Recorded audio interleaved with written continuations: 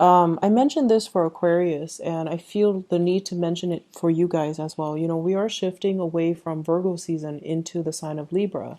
And Libra, as a fellow air sign, it is going to trine your sun sign, your star sign.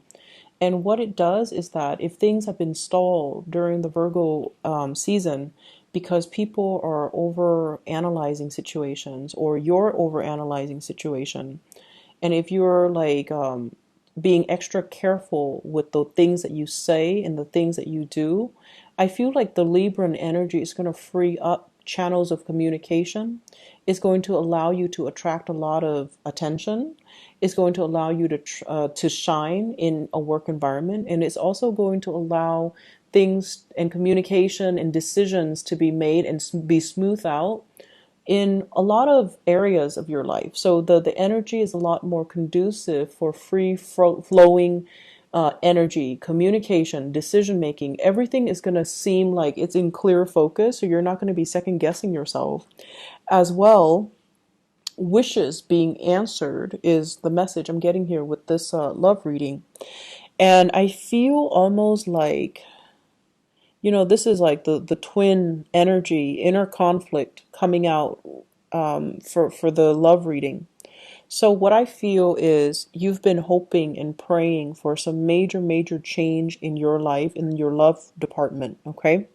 So hoping for the relationship partner, hoping for the knight in shining armor to come and rescue you from your fate. And that's not to say you're a female praying for a knight. I feel like you're hoping for some change. You're hoping for something big to happen. And I feel many of you, it's like working home, working home, working home. And you want a break in that routine. You want something dynamic. You want something else. You want love and fulfillment. You don't want to feel empty anymore, especially for those who are single. But at the same time, I feel like, you're very, very focused on your career. You're very focused on yourself. You're very focused as well on the practical responsibilities, the things that you have to do on a daily basis to sustain yourself. Laundry, doing the dishes, going to the gym, taking care of your pets, taking care of your children. For those who are single, I feel like you have been praying for a relationship partner that can make your world a lot more vibrant, with a lot more colors, so that you can feel warm and secure. And for singles, it's coming into the picture, but you need to act on it. So I feel like the other person might be growing a little bit impatient because, yes, you're waiting and wishing for these things, but you're not seeing the opportunity for what it is when the person is right in front of you. And, the Gemini twin energy, there's this inner conflict playing out within you. Should I or shouldn't I? Does the other person feel the same way about me? I feel like they are making their feelings very clear, but for whatever reason, you're either reading between the lines, reading too much into it, or you might have been single for a while, or you might have felt very barren for a while, that you are not reading the cues or you're not seeing it for what it is. Does that make sense? So that's what I'm seeing for singles. And there is a communion, a coming together between you and a relationship partner. Okay? For those in relationships already, I feel like you want a spark of passion. You want to reignite things. And I feel like you want some change, and communion is also happening. But I feel like your partner wants you to open up, to be more experimental, especially in the bedroom, to be a little bit more like, I feel like someone is like, let's experiment a little bit. Let's just, do some things. And you're not entirely comfortable with it. You're kind of bashful and playing coy as well. And so the opportunity is there for you to explore something that will really rejuvenate you and make you feel passion and make you feel alive again. But you're taking your sweet time because you're not really recognizing for it for what it is. And there's this internal conflict that I feel brewing within you where you're afraid. So let me show you the cards. This is your energy. This is how your partner sees you, and this is what you're bringing to the table. We have here the Queen of Pentacles. She's really pretty. Your partner sees you as someone who is dark-skinned and exotic. Okay, for those with dark skin who are quite exotic looking, you're different from the people that they have dated in the past. You're very, very beautiful. You look nice. You are very presentable. You look very sure-footed for whatever reason. You're self-sufficient. You know how to make money. You work a lot. You take care of yourself. You're financially independent. You have a lot of abundance, but you're very closed off emotionally. In this deck, it basically indicates, you can be male or female watching this, but your partner sees you. You can have green eyes or blue eyes, is what I'm seeing here. The green border really jumped out at me. And, you're just very, very exotic. You're not something that they're used to. And you might also have a lot of Taurian characteristics about you, because with this green, I feel like it's an earthy energy. Okay, it's someone who's very practical. It's someone who's very, very, very slow to act. The energy is very receptive. It's not somebody that acts. It's not somebody that makes a move. It's not something that makes their feelings known. And it's not somebody that, it's almost like it's work, work, work. And it's also, you look really attractive and presentable, and people are coming at you, but you're not really reciprocating. You're not really making yourself known. And you're definitely looking at somebody and flirting with somebody. And, when they see you, I feel like, or when you see them, I feel almost like this damsel in distress type of energy, where you soften up, where you ask them, can you help me do this? Can you help me do that? Your voice gets a little bit different. Your demeanor is different. So you definitely, for singles, you have somebody that you're eyeing, okay? This is the person that you're dealing with. And the message I'm getting from this card is forget me not. This is someone that is not easy to forget. They're very memorable. They have a very strong personality. They have a very strong impact in your life. So we have here the King of Swords, and this can be an air sign, an Aquarius, a Gemini, or like another Gemini that you're dealing with, or a Libra. Aquarius, Gemini, or Libra. This is somebody that is very, very focused on the head, the upper chakras, okay? He's got wings on his head, very mercurial. So you might be dealing with another Gemini or someone with strong Gemini traits. Very analytical, very concise with communication, someone who's very strategic.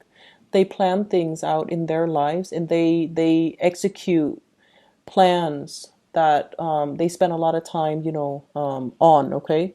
So I feel like they do things with a purpose. They do things with an agenda, and every action leads towards an objective. So in a way, they can be very intimidating. They get things done, their plans come to fruition, and everything they say, you see it manifest. So this is someone who's a doer. This is someone who's just not just there to talk, they're strategic. So whatever information they share with you, everything is shared very, very strategically. And I feel like with this person, their presence is really strong. I am seeing like someone who makes such a huge impact. And the blue flower, the forget-me-not, this is someone that is a really major player in your life. And you can't really shake the connection. You're really looking at them. And I feel like they intimidate you. They really intimidate you. And they look at you like they're very interested in you, but they would like to see some type of acknowledgement from your end. Do you like me or don't you like me? They seem to me to be like a little bit impatient, and they're going to make their feelings known. So for example, if I'm feeling almost like I'm feeling almost like they're losing their patience. It's taking so long. The connection is taking so long. And I also feel as well, with the wings on his head, maybe the two of you are not really talking about the right things. Maybe the emotions and the connections is being suppressed because you're working a lot, because they've got a lot of plans, because this is somebody who's a doer. And if they don't see the same actions from your end because you're not really making any plans to connect with them, and yet the two of you, the attraction is really undeniable. I mean, they're clearly looking at each other. And this person is getting, look at his face. He's like, what's going on? And he's just like kind of grouchy looking, like impatient. And I feel like this is somebody who likes animals, who's very soft inside, but he's so upper chakra focused that he talks about things that might just be, very platonic. But there's definitely emotions here. There's definitely attraction. They find you very beautiful, and they find you possibly, it's almost like your beauty intimidates them, whereas their intelligence intimidates you. Like your beauty intimidates them and their intelligence intimidates you. So if this sounds like somebody that you're dealing with, they might not even be an air sign, but I feel like their patience is wearing thin, okay? Mainly because they want to make that connection, but you're not really giving them any signals like a green light. Green light, there we go. Green border, green light. You need to send them some type of a signal. The other person that you might be dealing with, or what you're hoping to come into the picture, because all of these cards are major arcana cards. We have here the Death card, wanting that change, feeling like you're a Skeletor, okay? You're this person walking around kind of cold in an environment where you don't have skin, you don't have a heart, you don't have feelings. Feeling like you're just going through the motions in a very barren landscape. Feeling like you're just going to work and home. Not feeling inspired in your life, and finding, like, wanting to find that spark of passion, wanting to find some type of a reprieve, wanting, a change. And I feel like you've been feeling this for some time.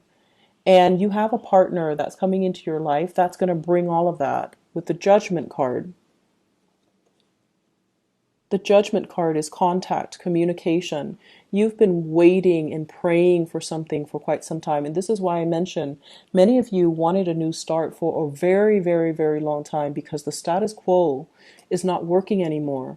And I feel like, this little angel here is bringing about clothes and warmth and prosperity and the green and just like opportunities. So you're headed in this direction, which is communication, contact, breakthroughs, realization, epiphanies, awakening, revelation. So I feel like all of these words signifies a brand new start, and yet you're not making the start. Okay, you're apprehensive, and I feel like you expect the other person to make a move. And what's coming through as well is a communion. I'm using all these biblical terms, but I feel like, there's so much like angelic presence. The Temperance card, it's like the two people coming together. And it takes two people to step forward to one another to come to a mutual space of understanding. And the image that I'm really drawn to is that tree. And every time I think of tree, I think of somebody who is like a very old soul. So you might be dealing with someone who's a very, very old soul. They have things to do, places to go, and they need to travel to raise their vibration. And what that means is they want to learn. They don't like to have opportunities pass them by. And so if they see you as someone who lets opportunities pass you by, they might not feel like you're the right person for them. So I see like on a very deep soul connection. And I also feel like somebody is teaching you a lot about yourself. Someone is revealing to you that you've been behaving like this. You might have been clinging on to a lot of, earthly things, homes, financial security, and you might not have acted in a way that allows that's really nourishing your soul. You might have everything at your disposal, but if you're like the skeleton here, where you're operating in a barren landscape and you don't feel human and you don't feel like you matter, and then you let these opportunities pass you by, it can be very detrimental. So someone is bringing in this realization and this major awakening in your life, and you start to feel passion and that sense of communion again, that sense of like you're meeting someone who is a kindred soul, who's teaching you a lot about the world, who's an old soul, and they can give out a lot of insights and advice. Then go for it. Okay. So I believe it was last week where there might be third parties. Whereas I feel like this week, your energy is definitely focused on one person. And I have a very strong air sign, Aquarius, Gemini, and Libra. And I feel like there's a major learning curve that has to happen with this person. So opening up your communication with this person is going to be critical. And I feel like the person you're dealing with, they find you very attractive, very beautiful, but you might be a little bit too, they might see you as a little bit too materialistic. They might also see you as someone who doesn't take initiative, and they're kind of impatient. Okay, if you like them, go for it, because I feel like the major arcana cards are giving you your spiritual advice in love, and it's saying that this can be a very beautiful and fruitful union, and it can really grow. And this is a card of Sagittarius, so you're dealing with someone who might be your polar opposites, might be a Sagittarius as well. So I have air sign, Scorpio, and Sagittarius. So Aquarius, Gemini, Libra, Scorpio, Sagittarius. But these are people that are very polar opposites from you. In other areas of your life, your spiritual advice here is, once again, the big reveal, the revelation. And I feel as if it's a continuation of the love reading. That's what it feels like to me. And I feel like it harkens back to last week's energy where there might be a third party interfering. So I hate to, revisit the same themes, but that's what it feels like, because we have the Ace of Cups, the High Priestess, the Seven of Swords. And the Ace of Cups deals with love. The High Priestess deals with information that's hidden from the light. And the Seven of Swords, sneaky behavior. So I feel like, third party interference, that's still coming through in your home life, in your work life. So workplace attraction possibly affecting the home life relationship. So just to put that out there. And what I'm seeing here is, for many of you, I feel almost as if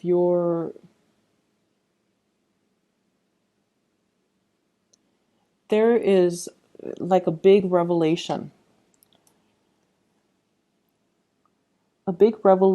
in terms of long-term goals. Okay, it's like you're achieving something, or you're finding the path towards achieving something that you really want. So the High Priestess, following our intuition, trusting our gut instincts, not doubting ourselves, not reading too much between the lines, not over analyzing. Let go of that Virgoan energy and just kind of live in the moment and feel things out, and kind of like lift the veil from your face so you can kind of see what's in front of you. And this is pretty much, what makes you happy, what really drives and inspires you, and finding ways to embody these things, or to incorporate the things that you love, the things that you enjoy, back into your life. And I feel like it's saying the key to happiness, it's not just financial prosperity. It's not just the abundance. It's not just, purchasing a house, putting the kids through school, having a really nice car, and being looked at. The things that will make you really happy, and what's really standing between you and the things that make you feel really happy is, I feel like for many of you, it's inner knowledge, it's wisdom, it's to be able to have a lot of career success, and to also be looked at as somebody who's very capable and very confident, and somebody that other people turn to for sage advice and wisdom. So I feel like for many of you, you might have been chasing after the wrong things. The things that you thought would bring about security might be the things that bring other people security, but it's not really right for you.